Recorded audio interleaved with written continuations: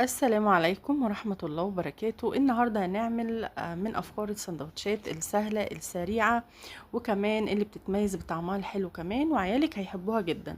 راحة بقى رحلة، راحة مصيف، أي حاجة زي ما تحبي. حابة تعمليها الأولاد عادي، بجد هيحبوها جدا، ومن أحلى وأطعم السندوتشات اللي ممكن تعمليها. هنجيب اول حاجه هنقول بسم الله. هنجيب صدور فراخ وهنتبلها باي تتبيله، ملح وفلفل اسود، تتبيله الشاورما، اي حاجه. وهنحط شويه من الزيت ومعلقه صغيره من السمنه، ممكن تكتفي بالزيت بس. وبعد ما نسيبها في التتبيله كده ساعتين، هنحطها كده في الطاسه زي ما انتم شايفين. وطبعا الناحيه التانية بحمر البطاطس.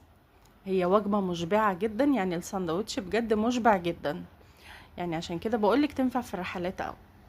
وهنشوح بقى كده في الاول، هي فيها التتبيله، نحط ملح وفلفل اسود وقرفه ومعلقتين زبادي ومعلقه صغيره من عسل النحل، اي تتبيله، لو ملح وفلفل اسود بس حتى، او لو حتى حابه تتبليها ببصل عادي.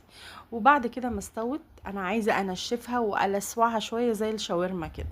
حطيت بصل وطماطم وفلفل رومي كده زي ما انتوا شايفين. هنقلبهم تقلبتين بالظبط.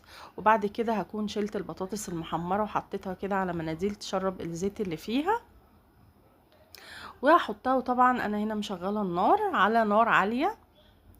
وبعد ما قلبتها تقليبة مع البطاطس، هنحط بقى جبنة ميكس او جبنة موتزاريلا، بجد بتخليها طعمها حلوة جدا. وهنقلبها وهنطفي النار على طول. اول ما نحط الجبنة مش هنكمل 5 ثواني وهنطفي النار علشان الجبنة ما تلزقش معايا.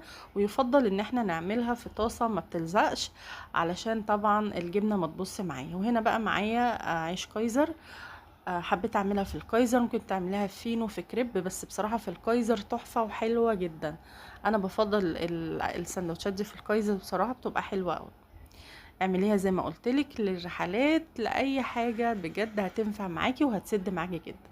لو عجبتك الوصفة ما تنسيش اللايك والاشتراك. والسلام عليكم وباي.